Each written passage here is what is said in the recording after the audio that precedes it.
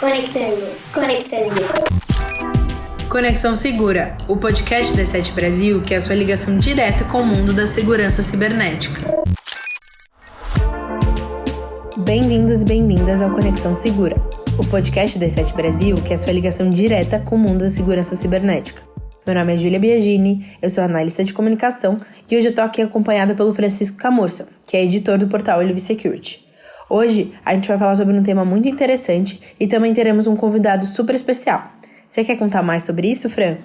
Oi, Júlia. Hoje abordaremos um tema que ganhou destaque nos últimos anos em várias notícias, tanto na imprensa local como internacional. Como todo mundo já deve ter ouvido falar, estamos nos referindo ao ransomware.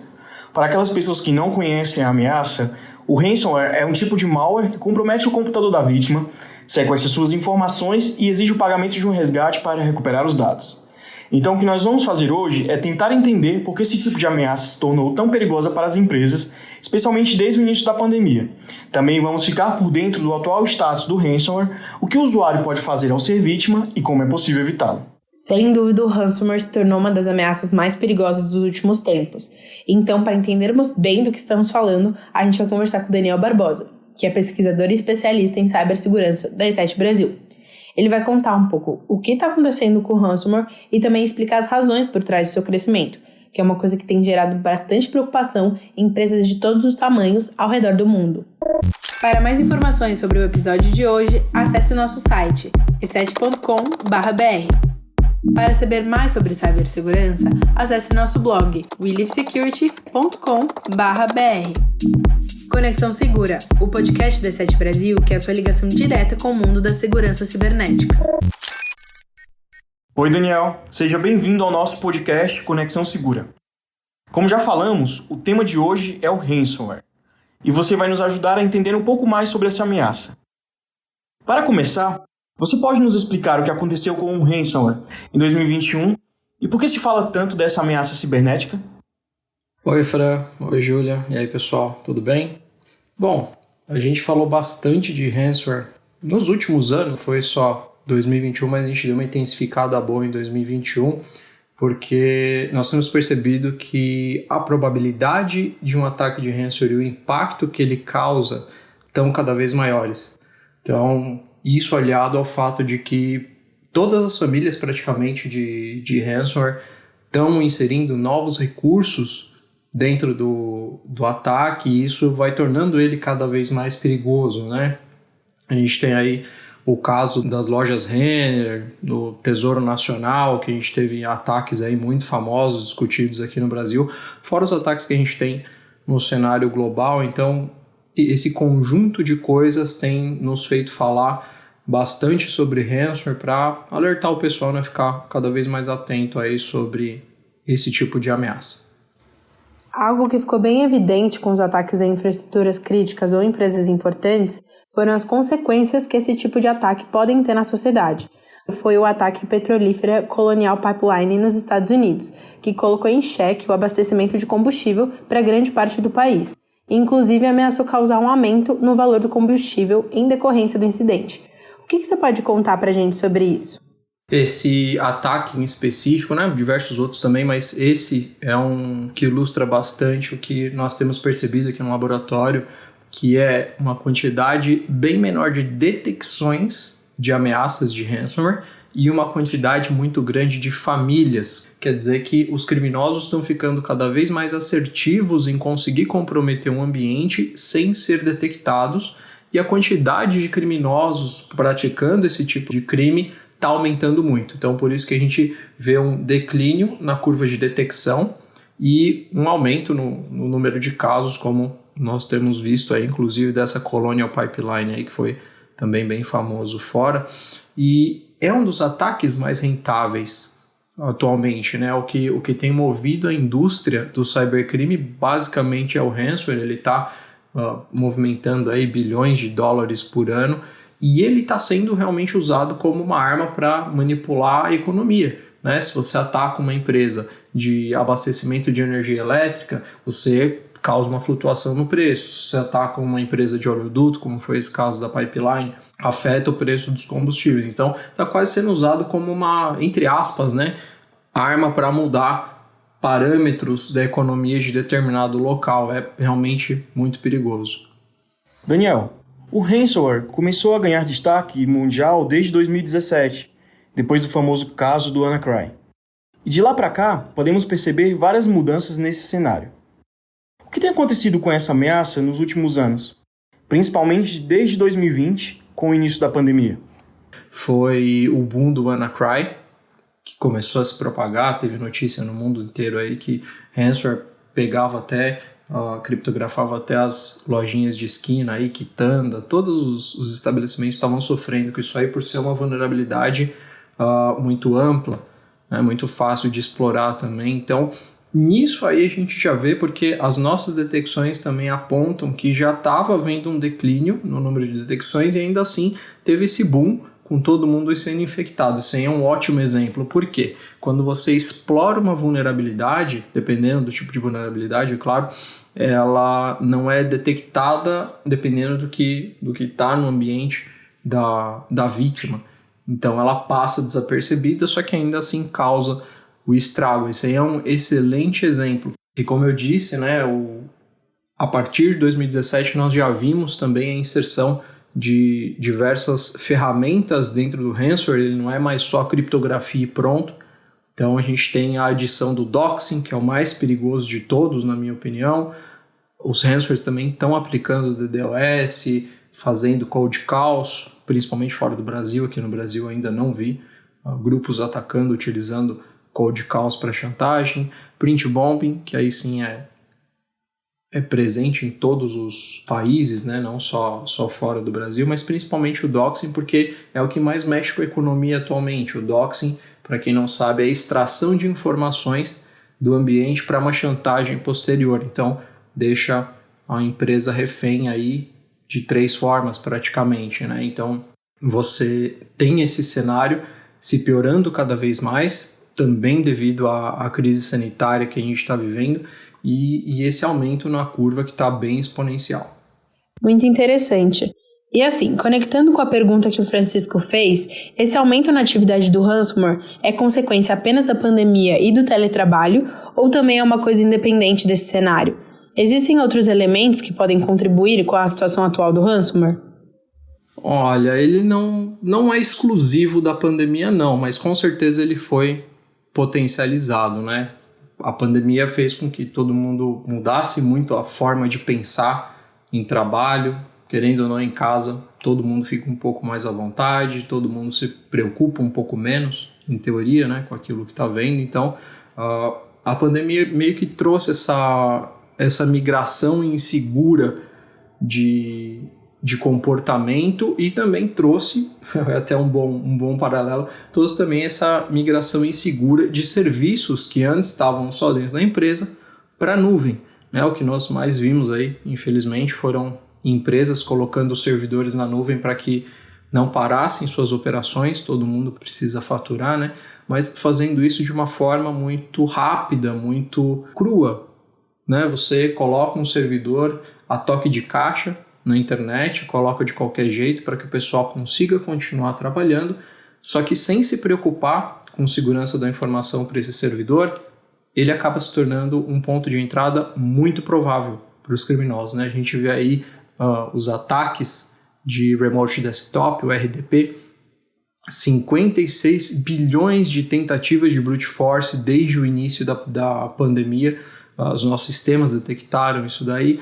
É um aumento muito grande exatamente por isso. Muitas pessoas colocaram esse servidor, que é um dos mais famosos de serviços para permitir que pessoas trabalhem remotamente, né? Colocaram de forma inadequada na internet e eles acabam se tornando portas de entrada porque eles são pontos vulneráveis. Nós temos aí diversas vulnerabilidades que podem permear esses servidores e causar uma infecção de ransomware, por exemplo, dentro do ambiente. Então, todos esses elementos aí contribuem para esse grande aumento que nós temos atualmente no cenário dessa ameaça específica. Muito bem. Daniel, temos verificado o surgimento de um modelo de negócio chamado Ransomware as a Service. Como esse modelo de negócio tem influenciado a ação do ransomware ultimamente? Olha, Ransomware as a Service é basicamente a mesma coisa que todos os as a Service da vida, né? Quem cria a ameaça e a estrutura não é quem realmente utiliza essa ameaça. Como um serviço de e-mail tipo em nuvem, é a mesma coisa, só que utilizado exclusivamente para comprometer outras estruturas, né? Então, esse modelo torna o ransomware ainda mais preocupante. Por quê?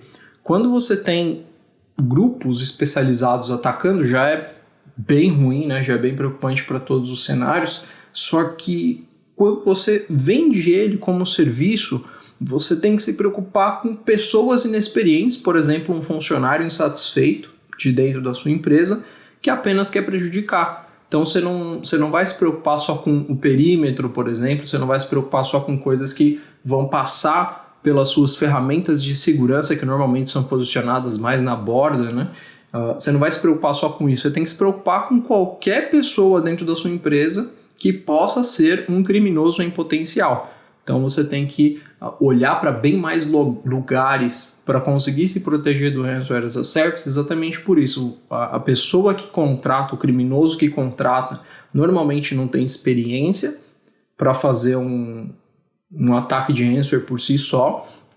Então ele contrata um malware e uma estrutura para gerenciar ele. Ele apenas pega esse arquivo, dá um jeito de colocar em qualquer máquina que seja dentro da rede, e o próprio arquivo, como foi feito pelos grandes criminosos, né, pelas famílias de criminosos que gerenciam os ransomwares, ele já está todo programado para se propagar, para, enfim, extrair arquivos. Ele pode ser controlado remotamente, dependendo do tipo de variante que a pessoa comprou. Então é realmente preocupante, porque tem que aumentar muito a visibilidade da rede para conseguir se proteger contra esse tipo de ameaça. É infelizmente muito pesaroso para as empresas esse novo, entre aspas, né, tipo de serviço. A gente acabou de começar 2022 e saímos de um 2021 muito agitado com ransomware e parece que os números não diminuíram. O que a gente pode esperar para os próximos 6 meses? Será que a gente já viu o pior? Olha, sinceramente, eu acho que o pior ainda não passou, não. O ransomware está muito ativo, sempre teve, né? Dos últimos tempos ele está realmente muito ativo. Muitas famílias famosas de grupos de ransomware estão fazendo essa modalidade as a service, o que fez com que o ransomware as a service entrasse para a nossa radar de tendências para 2022 agora. Então, eu acredito que, infelizmente, o pior ainda não passou.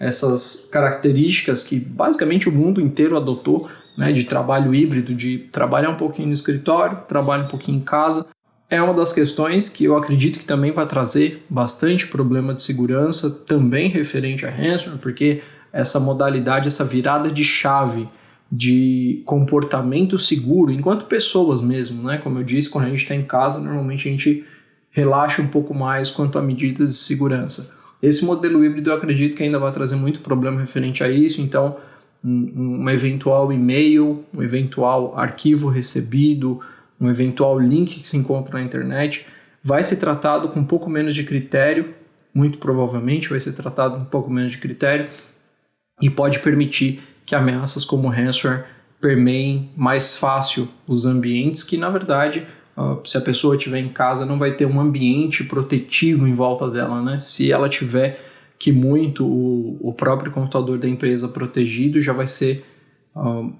um grande passo, porque boa parte das empresas não tem. Então, a gente pode esperar aí uma série de problemas referentes principalmente a ransomware as a service, nesse modelo híbrido de trabalho que a gente está tendo com toda certeza. E diante desse cenário que chama bastante a nossa atenção, como as empresas devem tentar se prevenir dessa ameaça e o que pode ser feito ao ser vítima de um incidente desse tipo? Olha, eu acredito que para se prevenir é interessante buscar maturidade de segurança do ambiente, né? Como que se encontra uma maturidade de segurança? Começando do básico. Você vai ter lá o seu firewall, o seu antivírus, o seu backup, que são as primeiras linhas de defesa, aí, o passo inicial praticamente de toda a rede. E estabelecendo isso daí, galgar cada vez mais segurança para a rede, né? Então passando para um duplo fator de autenticação, implementar criptografia de disco, caso haja algum tipo de furto, de roubo dos equipamentos dos funcionários, eles não vão ter informações comprometidas, vai ser, entre aspas, só o bem material vai ter sido comprometido. DLP, você quer evitar que dados vazem da rede, ter pontos de monitoria dos canais de saída é muito eficiente, então DLP vai trabalhar muito com isso, e outras ferramentas também já bem utilizadas há um longo tempo no mercado, IPS, DS, para empresas um pouco mais robustas, colocar um Web Application Firewall para evitar a entrada indevida. Então, passar por esse nível intermediário e aí escalar para cada vez mais visibilidade de rede, né? Colocar um EDR. EDR é o que coleta informações de todas as estações em tempo real para poder fazer uma auditoria futura, ter um ambiente com CIEM, também correlacionando informações de todos os servidores, passar para Pentest, exercícios de Blue Team, Red Team, Purple Team, tudo para ir aumentando aos poucos a segurança do ambiente e aí sim atingir uma maturidade adequada para que ameaças desse de vários outros tipos não consigam comprometer o ambiente. Então a gente tem até o exemplo da cooperação internacional anti-ransomware, né, que aconteceu, 30 países mais Estados Unidos estão compartilhando informações de infraestruturas críticas com o foco em impedir que ataques de ransomware aconteçam. Então, isso aí é uma preocupação global, todo mundo está olhando para a questão de ransomware, por ele estar sendo a indústria praticamente do cybercrime que está movimentando bilhões por ano. É necessário que todos nós, independente do tamanho da empresa, independente se pessoa física ou empresa, precisamos olhar com mais atenção para esse tipo de ameaça, para que ela não comprometa os nossos equipamentos, seja, como eu disse, enquanto empresa ou enquanto pessoa mesmo. Acho que você já falou um pouco sobre isso, mas resumindo então, quais seriam as tecnologias e as soluções recomendadas para as organizações se protegerem dessa ameaça? Com certeza, proteção começa com conscientização, independente do ambiente. Desde o estagiário que entrou ontem até o CEO da empresa, todo mundo tem que ter um mínimo de informação e conscientização sobre segurança para evitar que diversos tipos de ataque ou diversos tipos de golpe enganem as pessoas de dentro do ambiente. Tratar de forma adequada os serviços. Eu sei que a pandemia trouxe uma urgência muito grande para a migração para a nuvem, para as empresas que ainda não haviam feito isso. E como eu disse, isso foi feito de uma forma muito ruim, né? Não se preocupando com segurança. Então, tratar de forma adequada esses serviços, aplicar configurações adequadas nele, habilitar tudo que for possível de segurança e disponibilizá-lo da melhor forma possível e, claro, também fazendo atualizações nesse serviço para que eles rodem na última versão disponível pelo fabricante. E um parênteses aqui, atualização não só para serviços, atualiza tudo que for possível, atualiza Windows, atualiza Office, atualiza driver de roteador de rede, tudo tem que estar na última versão, porque isso garante que todas as falhas que já foram encontradas e corrigidas pelos fabricantes desses softwares já tenham sido corrigidas. Isso aí é básico, mas infelizmente muitas empresas não fazem.